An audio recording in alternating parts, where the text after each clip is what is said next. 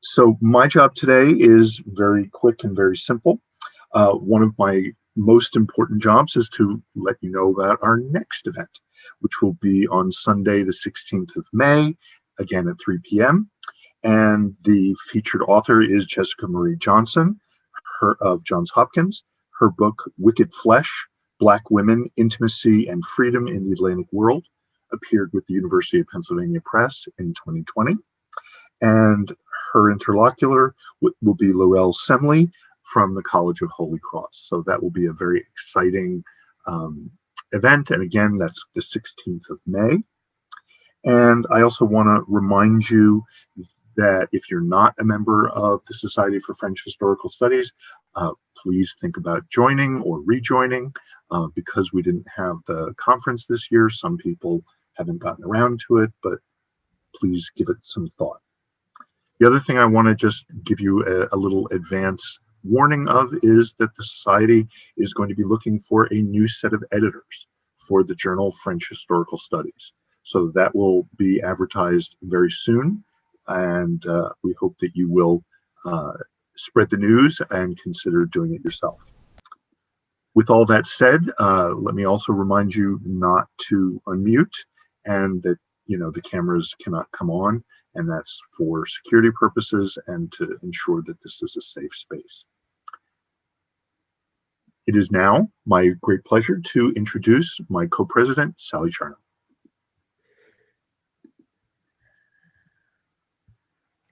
Thank you. Thank you, Jeff. It's my pleasure, actually, this afternoon to introduce Emmanuelle Saada. And even though she probably needs no real introduction in this particular Zoom room, we all know her so well. Dr. Saada is the Charnow Family Program Chair of Contemporary Civilization and Professor of French and History at Columbia University. Dr. Saada's research focuses on 19th and 20th century French imperialism, legal cultures, and the history of French social thought. Her first book, Les Enfants de la Colonie, Les métiers de l'Empire français entre sujétion et citoyenneté, was published in France in 2007 and translated in 2012 under the English title Empire's Children, Race, Filiation, and Citizenship in the French Colonies. And that came out of University of Chicago Press. In 2015, with Marguerite Katja Weidenfeld and Helge Jordheim, Dr. Saada published an edited volume entitled Civilizing Emotions, Concepts in Asia and Europe from 1870 to 1920, and that came out with Oxford University Press. Her current project, La Colonisation, une histoire du présent, is forthcoming from Gallimard. So join me in thanking Dr. Saada for joining us today. Thank you, Sally. Thank you, Jeff, for this great invitation, and thank you, Nimisha, for asking me to be your interlocutor today. We've been speaking together for years now, and it's been a great pleasure to be able to follow your work and follow the, not only the last print of the dissertation, but also the transformation of the manuscript into a book, into a great book. So we're going to speak about your book today. As is usual, I will first introduce you for a few minutes, and then you will present your book, and then we'll enter in a conversation. So as you also know, I'm sure many of you know already about Nimisha. Nimisha Barton is currently located in California, where she is an equity and inclusion consultant who works with higher education administrators to develop anti-bias programs, trainings, and curricula for students, staff, and faculty. And she's also a visiting researcher at UC Irvine. She completed her dissertation, her PhD in history at Princeton in 2014, and after that began her career as the inaugural Associate Director of Programs for Access and Inclusion at Princeton, before moving to California and going on to serve as the first Director of Equity and Inclusion at an independent school in Los Angeles. So as you can see from this professional developments and as in connection with her book, right, there is a very strong connection between her professional interest and her research, in the sense that she asked very similar questions in very different ways, right, about thinking about how and why so-called outsiders become insiders. She's actually working now, it's very impressive, she's working now on a second book project for almost in contract, she told me, on issues of inclusivity in higher education. And it's tentatively entitled Just Future, a short guide to abolitionism in higher education, which is a great program, right? A program that I think we all adhere to some extent. At the same time, have tons of questions. So I don't know if she will want to speak about that. We will speak today mostly about her book, right? She has published, before this book, she has published several articles on gender, sexuality, and immigration in modern France, which have appeared in the Journal of Women History, in French Politics, Culture, and Society, and in different editing volumes. She's also co-edited a volume on women, gender, and citizenship in modern France in 2018 with the University of Nebraska Press. But today, what we're speaking about is her book, Reproductive Citizens, Gender, Immigration, and the State in France, 1880-1945, which was published by Cornell University Press recently in 2020. And as you know, as many of you know, this book, this first book, very recently won honorable mention from the Society of French Historical Studies. I'm sorry, she received the honorable mention for the David H. Pickney Prize, which is administered by the Society of French Historical Studies. And as you all know, this prize has distinguished many important books in the past, and officially it recognizes the most distinguished book in French history. That's certainly one of them in the past 10 years, and certainly one of them for 2020. And an important book, which Nimisha is going to introduce briefly in the next 15 minutes, and then we'll engage in a conversation. Thank you, Nimisha. Thank you, Emmanuelle. That was a very kind introduction. So I just would love to take this time to welcome everyone and thank you all for being here. On top of it being a very difficult year, and it's now the end of another academic year, this has also just been a week filled with a lot of pain and grief. So I hope that maybe in this space today we can channel some positive energy, at least for a little bit. Let me also say thank you to Jeff and Sally just for coming up with this idea of the French press. It's opened so many opportunities for those of us who may not have had opportunities to talk about our work for a lot of different reasons, and certainly during the pandemic. I also want to say thank you to Emmanuelle, who is the busiest woman that I've ever met in my entire life and who still made time for this. And as Emmanuelle alluded to, it's particularly meaningful for me because she's mentored me so much over the last 7 or 8 years. And this is the first time that we really had a chance to team up. So it feels really good. All right. So in the next 15 minutes or so, I thought I would just briefly sketch out some of the animating questions of the research and then describe what I was trying to accomplish with the book, and then point to some surprises and perhaps unfinished business that I hope future scholars will take up in the years ahead. So in terms of what this project is about, in many ways, I was hoping to create what American historian Margot Canaday has called a social history of the state. And she was one of my co-advisors for this project. And how better to see and understand those inner workings of the state than to adopt the perspective of those in the margins, right? Those outsiders who are most subject to its whims and fancies. Now, in terms of the intellectual framework, it was pretty straightforward.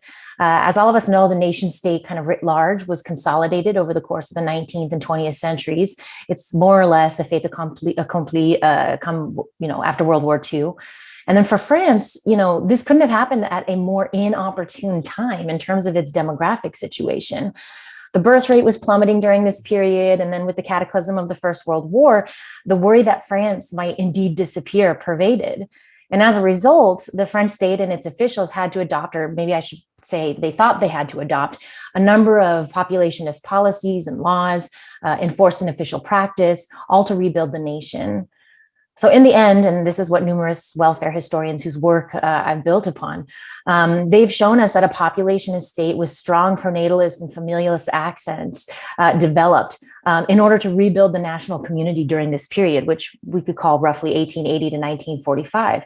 But of course, it didn't stop in 1945, as Phil Nord's, France's New Deal also has shown us.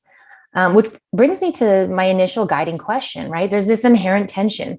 How do you draw distinctions between insiders and outsiders when you haven't even got enough insiders to begin with? And other immigrant countries, and I'm thinking in particular of the United States, they had the luxury of distinguishing who's in, who's out on the basis of race and ethnicity, but not so France. And crucially, this doesn't mean that the French state drew no distinctions among immigrants.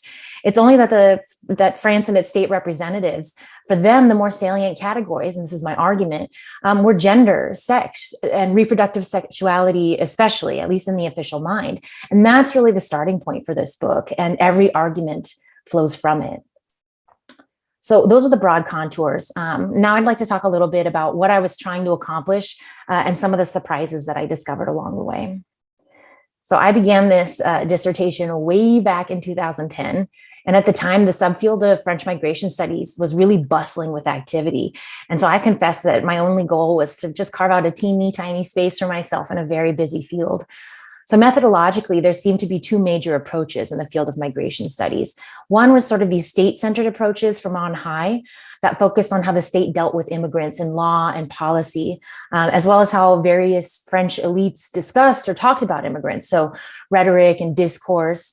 And then there was a very rich number of social histories that were specific to immigrant communities, like monocultural social histories, especially concentrated in Paris. And these studies adopted sort of that history from below approach, and they're almost too numerous to count. So intellectually speaking, the former, which is those state-centered histories, they were interested in fleshing out the exclusivist dimensions of the Republic. And it was the Republic because mass migration coincided with the Third Republic.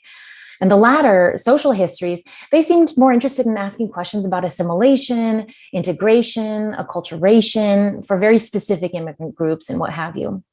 Now, again, one story is told from on high, and the other one is told from below. And so unsurprisingly, these are the perspectives that I adopted too. But then as the project evolved, I was interested in getting at something else. And I want to be clear that this is partially conditioned by the fact that the historians that came before me had done such a fantastic job of sort of locating, sort of what was happening on high and what was happening on low. So what was left for me, it felt, was this history from the middle. This fleshing out of interactions between immigrants and the state. And, I wanted to center women in particular. And on the one hand, this was just practical, or so I thought, because, that's what was left in the historiography. That's what remained to be done. And also all the sources that I was finding and made use of. These are the court cases and the naturalization dossiers and the police files and so much more. They all placed me at the center of those really complex negotiations between immigrant individuals on the one hand and state agents on the other. But I think that there was also this other more significant reason. Real life has taught me, and I'm sure all of us in this Zoom room, that oppressive forces will seek to bend us and even to break us. And yet even then we're offered these opportunities to shape those circumstances to suit our own ends. And this doesn't mean that repression and exclusion don't exist, or even that they can be entirely overcome through those micro encounters, right? This is not a bootstrapping tale. It's only that state power is an incomplete project, and it's rarely quite so successful as its representatives would hope, though of course they'd scarcely be the ones to admit it. Now, here I'm influenced by certain arguments put forth by scholars of empire and imperialism, reminding us that imperial power is sometimes premised on a projection or a fantasy, as we like to say now, of omnipotence, a delusion of grandeur, in part to hide the actual ineffectiveness or at least incompleteness of their efforts. And again, this is not to suggest that empires, nation states, imperial nation states, and all those other assemblages of power don't do their fair share of harm. They absolutely do. This is only to say that there remain these moments, these interactions, these spaces and these shades of gray that betwixt and in between, where those who have less power can nevertheless shape outcomes to their advantage, especially if the powers that be are inclined to help them. Now, in the 80s and 90s, especially in the field of women's history, we called this agency. And it was a word that was supposed to encapsulate that small bit of power that lies between the individual and their structural reality. And just, to gesture at that room for maneuver left to those of us operating in a world that does indeed seek to constrain us and control us. And I'll be honest, I'm not really sure if that's the most apt term now, but I do use it variously throughout the book to speak to that quality of choice, that almost like tempered spirit of revolt that I felt like I detected in the sources so much. Now, that history from the middle, it helps us to better see the contests and contestations between those with power and those with gradations of less power. And it also helps us to see the way that the state is created, not only from the top down or the bottom up, but sort of from the middle and out. And not only by bureaucrats, but in the process of bureaucratic bargaining with state and non-state members, which is to say citizens and citizens in the making. And it's this emphasis on process, on state making and nation state building that opened up space for two really surprise findings. So the first one, as we all might know, in that vast literature on women and gender and sexuality, especially through the prism of welfare and marriage and citizenship in the state, the focus is often on social control and discipline and exclusion and coverture, erasure. And again, I would emphasize that I don't disagree with these overall interpretations, only that much of what I found in the archives, given the sorts of questions that I was asking about a state that was rather more motivated to include rather than exclude, it helped me arrive at different conclusions. Now, because of the state's embrace of women in the pursuit of population growth, especially French women, but also immigrant women, were afforded an opportunity to bend the state's will to meet their needs. And as I explain in the book, those needs are things like tracking down missing husbands and fathers of their children and securing various compensation from the state to help raise their children and so on. Now, to explain this dynamic, I point to the crisis of depopulation, which made women valuable to the state, albeit as mothers to far more valuable children. And I don't know that I played this up enough in the book. There's also a gendering of the state that we see happening here. And Rachel Fuchs and Emmanuelle herself, they've shown us that something really interesting was happening at the level of law and its execution in France and perhaps the empire in the 19th and 20th century. Namely, that male officials were increasingly inclined to help women whom they imagined as vulnerable, pitiable, in need of state succor. And in a way, these officials became these sort of manly interveners, the muscular protective arm of the state, and even at times these bureaucratic rescuers of damsels in distress. And Emmanuelle shows, of course, that there were limits to French state protections when it came to Native women involved with white men in the colonies. But, in metropolitan France, I found it really curious how and when women, both French and immigrant, they appeared aware of this sort of gender dynamic between themselves and the largely male agents of the state, and they took advantage of it. I think what can only be called benevolent sexism. And I tried to point at the moments in their interactions with state officials when they seemed to perhaps knowingly adopt certain identities of distress in order to conform to archetypes like jilted wife and spurned lover and like a miserable mère de famille. And I think that there may be a really interesting story to tell about those bureaucratic narrative forms that surface in a variety of state documents, sort of a la Natalie Davis. For now, let's just say that I was really astounded at what benevolent sexism could accomplish or was willing to accomplish on behalf of both French and foreign women in metropolitan France, and that it was premised on a particular gender dynamic elaborated at a very particular moment of French nation-state development. Now, the second surprising takeaway, and this will be shorter, how categories of race, religion, and ethnicity, other markers of ethnicized difference, were so attenuated during this period, right? How colonial soldiers and laborers who embedded themselves in the French national community in family ways, they were accepted, perhaps begrudgingly, especially when state agents were involved, but they were accepted nevertheless. And, we see it quite clearly in neighborhood settings where, once again, gendered criteria about good husbands and fathers, good wives and mothers, they were used to assess community members. And as a result, non-white men could fare pretty well in those neighborly assessments. And again, I just want to say France and its state representatives are no heroes here.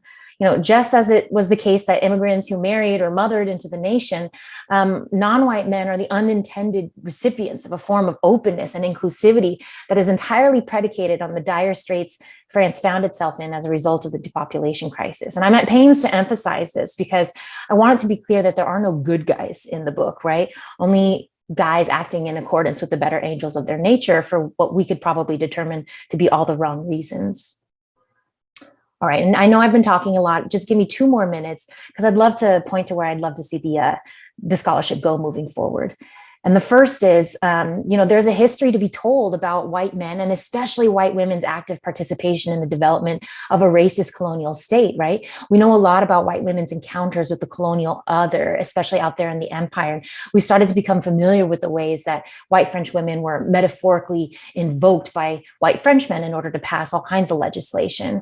And then similarly, we're growing increasingly familiar with white French women's corpus of writings, how they did and didn't support imperialism, what arguments they mobilized, how this may have impacted the development of white French women's feminisms throughout the 20th century, thinking here particularly of Jennifer Boutin and Françoise Vergès, both of their works. And I want to see more of this. I want to see how it plays out through practice. And here, again, I'm inspired by US historians. Think of Stephanie Jones Rogers, who documented recently the extent of white women's economic participation in the institution of slavery. I think also Amelia Lyons' work describing how white social workers, female social workers, went from being the kind of women I describe in this book to the sort of pro-colonial agents she describes in her own. I think that's part of the story. And I want to know more. What did they do to assist in the creation of the imperial nation state? How might they have co-opted policing bodies of the state to bend it to their will? And with what consequences? So the second thing I'd like us to think about is, I hope I've convinced you that there's this sort of openness to immigrants who conformed to certain reproductive criteria of the French state. But I very much wish that future scholars will consider those to whom this bargain was not extended. So I talk about this in the book, right? In the last page of the book, those who did not engage in procreative sex, those women who did not wish to be mothers, for example, who pursued abortion or engaged in infanticide. And of course, non-white women after World War II, maybe not directly after World War II, but somewhere in between. And I hope that my book provides the sort of missing link for that story, going from a populationist state that incentivized, I think someone may have unmuted themselves. Okay, going from a populationist state that incentivized reproduction, even of immigrants before 1945, and a populationist state that didn't offer the same bargain to non-white women. And when I say populationism, then I see, I mean like a fixation, an obsession still on non-white mothers. But the emphasis here is now on overpopulation, especially from the formerly colonized parts of the world. How might we understand that transition? The last thing I just want to say, I'm so excited about the ways that French scholars are asking new questions about citizenship, right? Like Elizabeth Heath, Minayo Naziali, Annette Joseph Gabriel, who I think is here with us. We're moving away from those threshold questions, who's in, who's out, towards bigger understandings of citizenship, right? The exercise of rights as disconnected from formal citizenship, practice, experience, belonging. And I believe, Annette, in particular, you articulate this so well in your book when you talk about decolonial citizenship, which you define as, and I am quoting you, page 11, an untethered citizenship. It's citizenship untethered from the narrow confines of the nation state as the only political community imaginable, and advocates for a shift towards plural forms of belonging. I just love this. And even though we've only had a couple of email exchanges, I imagine our work as being very much in conversation. And it makes me wonder, how does white supremacy in the form of empire, racism, anti-Semitism, the ongoing ethnicization of Islam, how does white supremacy consolidate in the post-war period? How might we begin to use white supremacy as an intellectual framework to understand not only histories of empire and imperialism and immigration, but also French history writ large? So I mean, in a sense, moving away from racism to sort of something closer to what Tyler Stovall is doing, understanding whiteness, white supremacy. And of course, given my interest, I want to know more about how gender, sex, and sexuality operate within a white supremacist state to determine the shape of modern citizenship for all of us, and maybe even some of us more than others. So, okay, I've said enough. I'd really love to hear what you all have to say. Thank you so much. Thank you, Nimisha. Exactly because we want to hear as much as possible what the people who came here today have to say, their questions. I'm going to try to keep my comments short, even make them maybe shorter than I thought, and ask you a few questions, and then open to the public in maybe 12 minutes or something. I mean, first of all, I wanted to thank you for such a great book. It's actually a pleasure to read the book. It's a great read. It's very elegant stylistically, and for people who read a lot of social history, we all agree that I think that elegance is not the word that comes to mind first. So this is a real, it's a really exploit that you have. You had an exploit, as we say in French, right? That you have been able to do, and that's great. And obviously, this on top of an incredibly rich analysis and an incredibly rich archive. So I would like to very quickly, and maybe again a little more quickly than I thought I would like to underline 3 contributions from my perspective, 3 essential contributions of your book.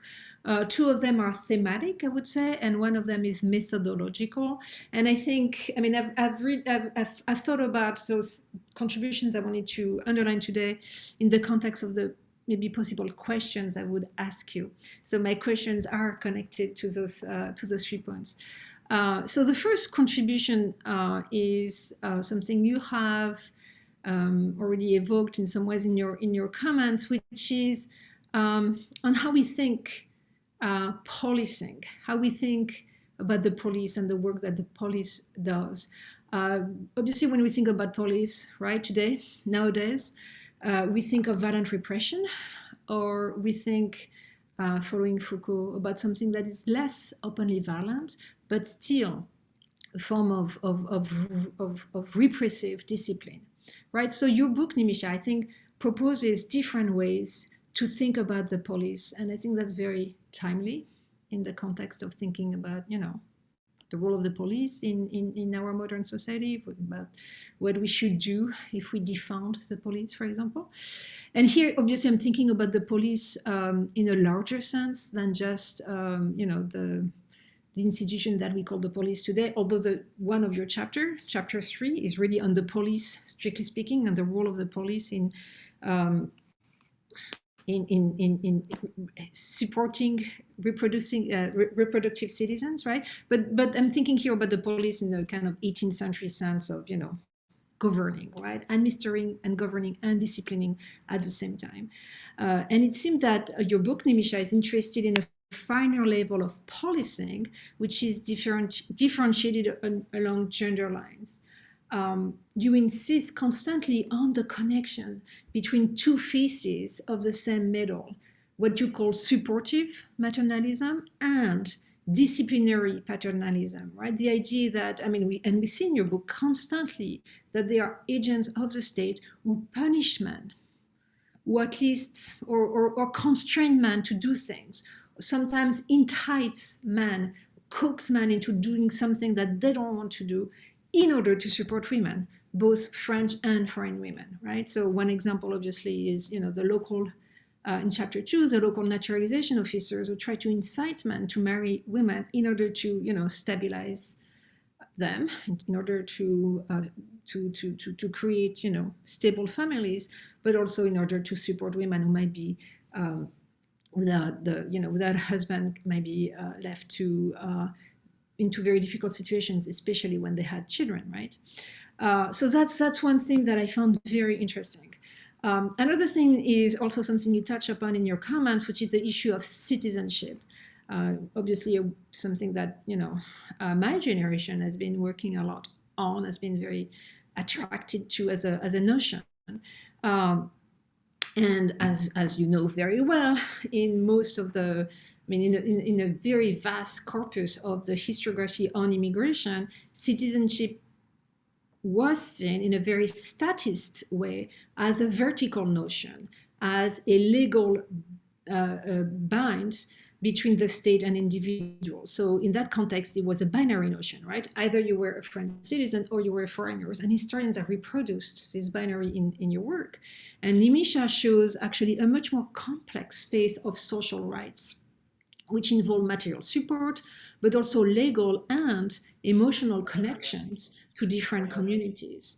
And that, I think, again, I know that there are other younger historians working on this issue, I think this is a very, very important contribution of your work, is kind of, unpack citizenship and not thinking about it only as a horizontal, not only as a vertical, but also as a horizontal notions in terms of the multiplicity of rights and obligations it is attached to.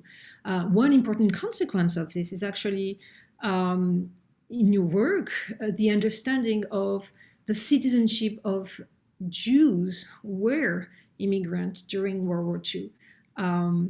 Obviously, because they were condemned by the French state, by the Vichy state, as Jews, but also as foreigners, and as foreign Jews, right? They were more in more fragile social situations, right? But as you show very well in your chapter 7, they had acquired a different kinds of citizenship, a different kind of belonging, other rights and obligations in local networks that actually, to a great extent, I mean, for many of them, helped them survive the war and state repression. So I found this absolutely fascinating. So my third point, very quickly, is I would like to underline the methodological innovations of this book. So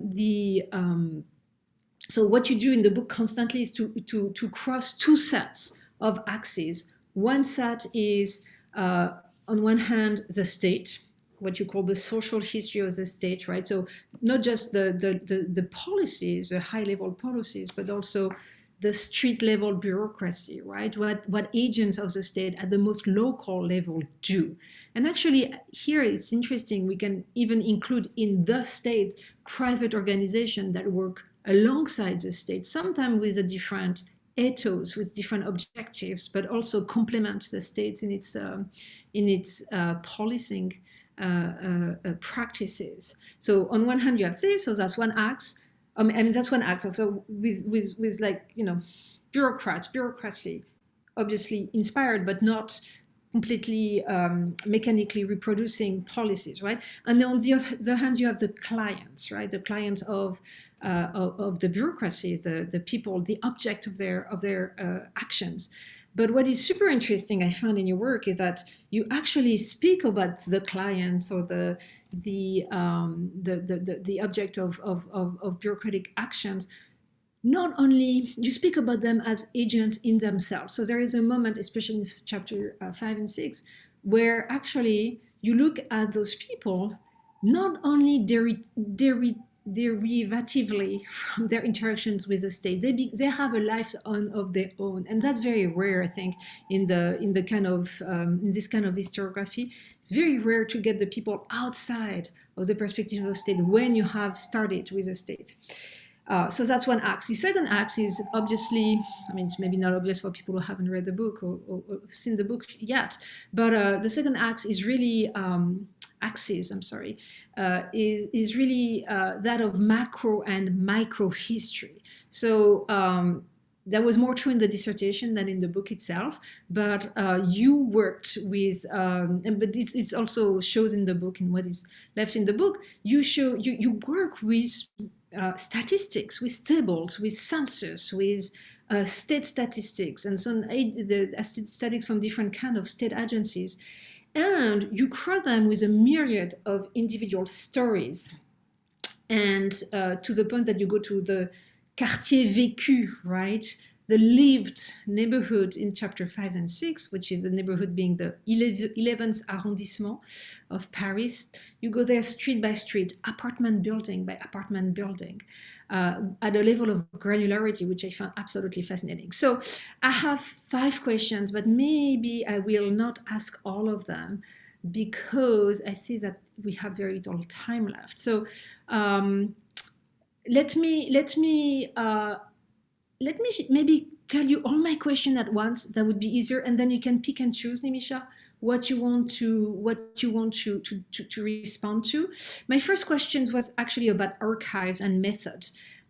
What kind of archives have you built?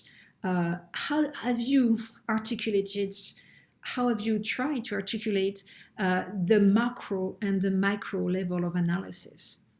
My second question was actually about citizenship. I wanted to know a little more about this and how you think about this, how you think about how one can expand this notion from simple binary notion of belonging to the state or not to more embedded social rights.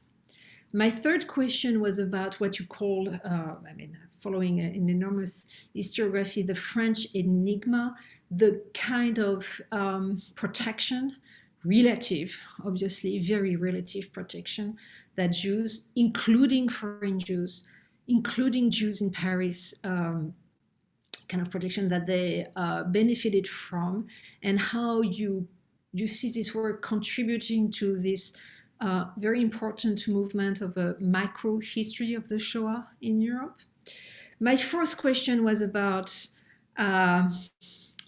what you call on page 174, the emotional bonds that form between the people in the 11th arrondissement, the moral economy that presides to their interactions. How do you read those emotional bonds in your archives? How do you feel, how do you situate your work in relationship to the history of emotions? And fifth question was about race, the role of race.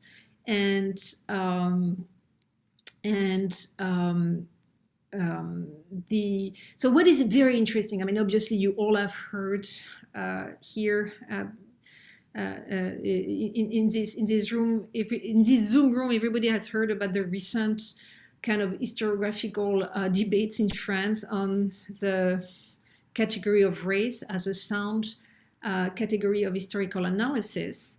What is interesting in your work is that a lot of your demonstrations are not predicated on differentiating between do not take race as a central category of analysis, right? You show that a lot of European and not European men and women, including colonial subjects, were subjected to very similar practices. You do identify some expression of racism. For example, on page 124, you show us how an Algerian man was specifically targeted with expressions of racism that made his case more difficult. But mostly you show that people are treated in the same way. Actually, you show even in chapter 2, right, in the chapter on naturalization, you show how colonial men who had like long-term relationship with French women after the war and fathered children, métis children, were encouraged to marry them, not to bring them back their wives to the colonies, which would have raised a lot of questions and issues, but at least were encouraged to marry and stay in France with their families, which you show, you show some degree of surprise, right?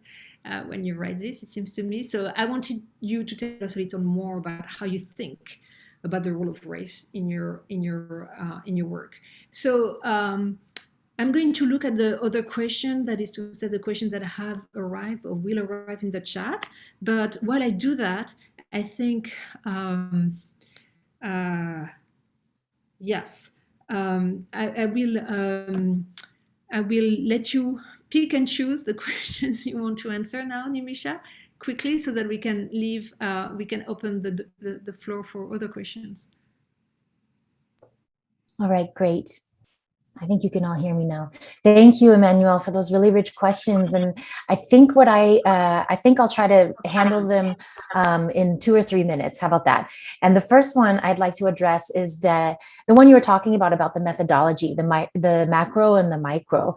And I guess the first thing I want to say is, again, I was very fortunate. I'm indebted to all of the scholars who came before me and really laid out both the framework for me and also, what was going on the ground in terms of those social histories. So I was able to learn about sources thanks to them. And I actually I'd like to spot like Mary Dewhurst-Lewis, who was willing to literally send me a French policy that I had been looking for in the mail because I couldn't find it anywhere.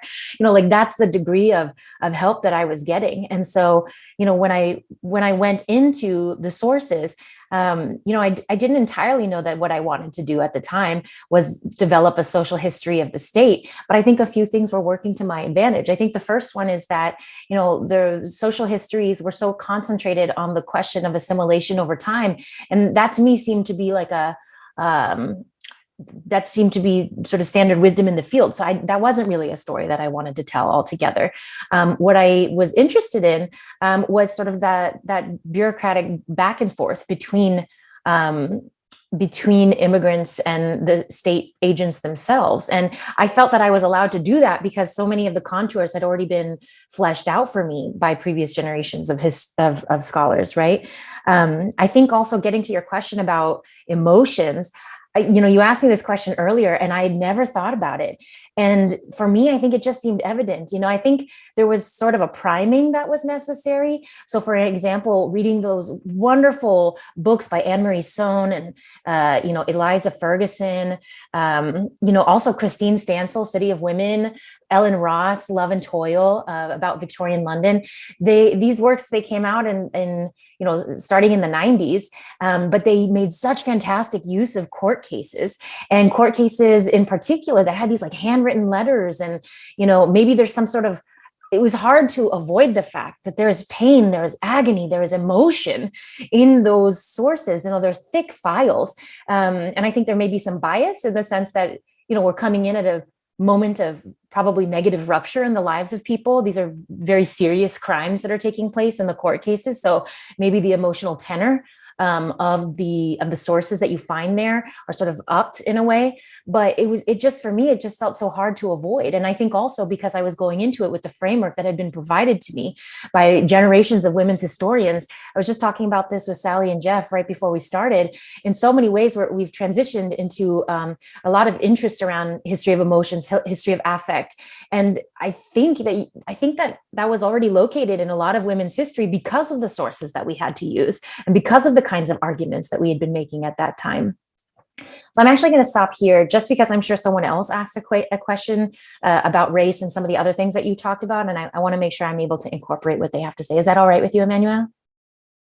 Absolutely. And yes, we do have one question about race from Jean Beeman, who tells us that she works on race and racism in France, but teaches in the US on issues of race and ethnicity. So she would be interested to hear you, Nimisha, and on how your research for this book continues to inform your other work on issues of diversity, equity, and inclusion in higher education. Yeah. Thank you, Jean, for being here. So I think I'm gonna start with sort of what I was thinking in the book, and then pivot to what I think in the next book, and also just in my daily work. So the first is in the book. There's a kind of, there's a white racialization that I assumed because of Elisa Camiscioli's work, who's shown us that the so-called Latinate races were considered more easily assimilable by certain French officials, and then everyone else sort of down. And then if we are to, basically draw this story out past World War II, I think, and I'm sorry, I've never said this historian's name out loud, so I don't really know how to pronounce it. It's either Tara Zara or Tara Zara, I'm not sure. Anyways, but as she's shown us that this sort of white racialization has then been codified after the Second World War, more or less, in France, and that colonial others are more and more decidedly on the outs, non-white colonial others. And I think it's really interesting to think about, I think Margaret Cook Anderson and Camiscioli also talked about this notion of Greater France, a very imperial concept, which is, of course, incorporates all kinds of ideas about racial superiority. It places whites at the top of a hierarchy, of course, but kind of in line with other reappraisals of imperial assemblages, if you will. I wonder if we could ask ourselves, if dated, regular French people, as certainly it's been shown, politicians and officials and the like, were they thinking of maybe a more multicultural France as a result of empire? Is that also, in addition to the depopulation crisis, is that something that allows us to consider race, in France during this period? And that maybe even those racial categories, the sort of hierarchies among the racial categories, they were sort of in flux after the Second World War, right? I mean, we have this work by Frederick Cooper, by even James Lesueur, Amelia Lyons, that shows that maybe there was at least like a 10-year period after the Second World War when some French folks, they could imagine themselves as being in community with colonial subjects. I think that's a history I would like to recover, because we know then that goes away with the violence of decolonization. But I guess I also am curious, and this is now, Jean, to start to address your question, is there not also this reorientation of France away, like all throughout Europe, away from the empire that didn't want to be a part of it anyways, and towards Europe again, in terms of the European Union and the common market and all the rest. So isn't Europe and France also reorienting towards a wider Europe, towards a wider identity? And then how does whiteness become the prism through which we might see things? And so then, Jean, what we're talking about in the last couple of years in the United States anyways, I think there has been more of a receptivity, not an overall openness, but more of a receptivity to talking about, whiteness and the container of whiteness, the container of white supremacy, moving away from, not everywhere, but moving away from a pathologization of communities of color and more towards a pathologization of whiteness and white supremacy on the order of what James Baldwin has been talking about since the very beginning. And I'm excited about what that could mean. And even in my next book, I'm thinking so much about, we always talk about how we're going to integrate and assimilate our students of color, our marginalized students into our institutions. But as I hope to have shown in the book, inclusion comes at a cost, above all with non-white persons. And so what if we also started to think about, colleges and universities as factories that remanufacture, reproduce different kinds of racial inequity and the ways that white folks are participants in that process as well. So I'll just leave it at that. But I really appreciate the question. It's very interesting. Thank you. Actually, another question about the present. Not so much thinking about universities and DI issues in higher education in America, but looking more back to Europe and back to France. It's a question from Mary Lewis about what we could call a sequel to your book, the period after 45, the period after decolonization, and even the very present, right? Mary asks, given the intensity of debate now on Republican upbringing in France, for instance, the question of veiling children, would you say that the possibilities for citizenship that you describe in your book for an earlier period are now foreclosed? Oh, 100%. I would definitely say 100%. And I think that's why, and I think that the scholarship has shown us that. I think the interesting story, though, I think the interesting story lies in the in-between. And that's why I was saying, I hope that I have done a sort of prehistory of a time when those sorts of options were not foreclosed. And I think that there is not an awful lot of wonderful scholarship now about how those options are foreclosed. But I want to understand the transition, the process by which that happened. And I do think that there is a 10 or 15 year period or something that I would really like to know more about. And that's Amelia Lyons' work, right? That's James Lesueur's work. I mean, we have sort of an intellectual, framework in terms of what happened. Remember, like the fact that the inclusivist position, or whatever you want to call it, for white French people in terms of Algeria was maintaining Algeria, and then how it became about letting Algeria go. I think that also is in many ways, it's sort of, it sort of reflects sort of the transitions in liberalism as well, from, you know, inclusion to maybe a sort of multicultural framework or what have you. But yeah, I think that I'd love to know that history of the in-between. You know, I'd even love to know the history of, like Emmanuelle does, sort of the social organizations that increasingly worked with colonial populations and non-white formerly colonized populations after 1945. You know, is it something similar to what I'm saying in this book? And then did that go away after decolonization? Because I suspect that Emmanuelle is talking a little bit about this as well. And so I really want to know that history. So thank you. Thank you. Actually, another way of thinking about this is to look not at the present, but at the past, at the more further past, the further past rather. And that's a question that comes from Tip Reagan, who has a question about the exceptionality of the French case. How exceptional is the French case, Nimisha? Asked Tip. He said that he's thinking about the deep historical roots of his focus.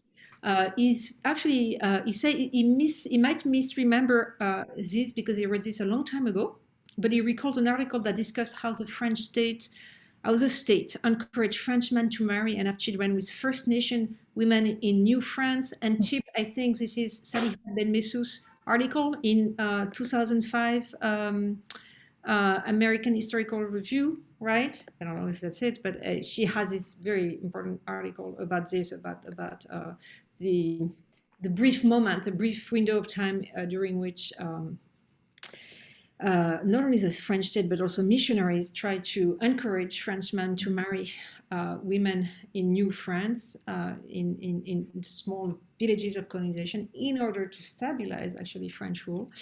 And Tip adds to this that this seems to be in sharp contrast with the English historical example, for example. So I understand Tip is asking a question about the deep structural maybe difference. And if Tip, I'm wrong, let me know. But the deep structural difference in how French, let's say, and English, colonialism, and then later handling of migration, try to police the gendered borders of the community.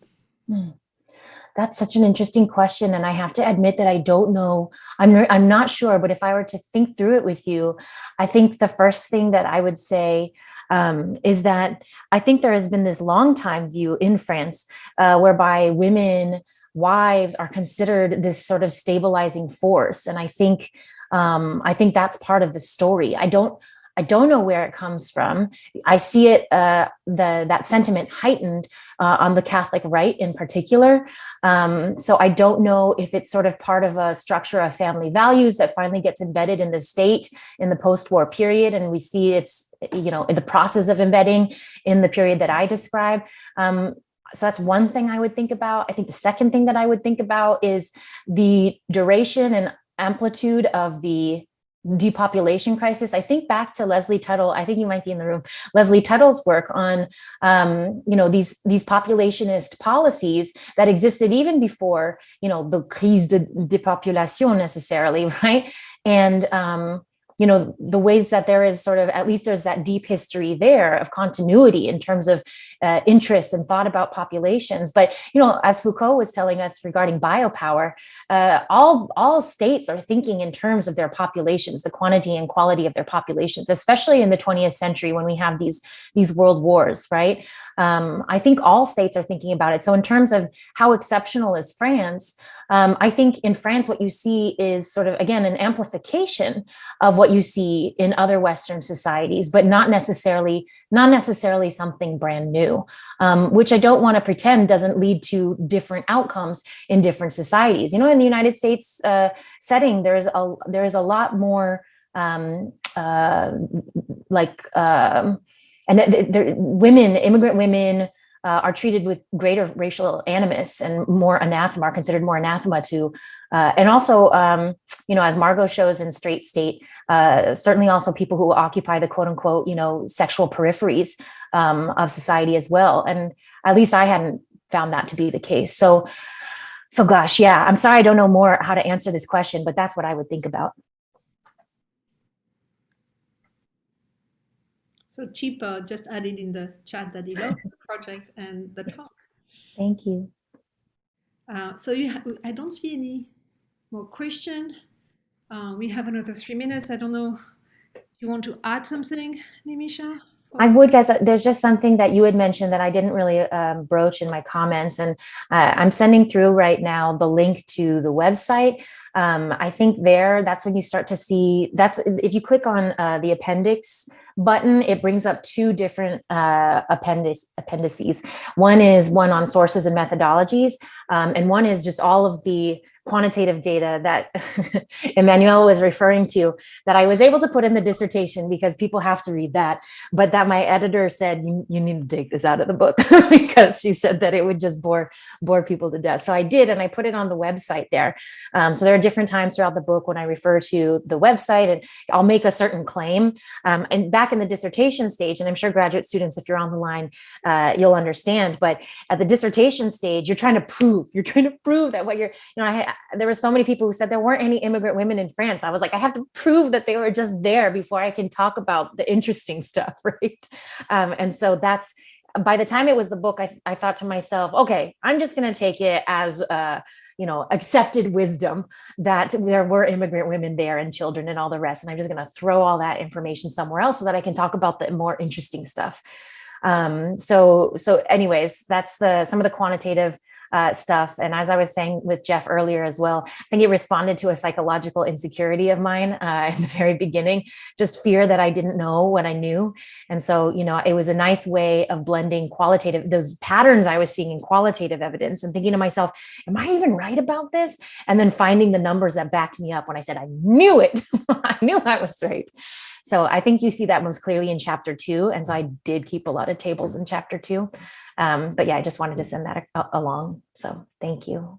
That's great. That's wonderful materials, and I think very helpful for people who, the people who are engaged right now in dissertations, right? Who might want to go beyond just the book. So that's a great way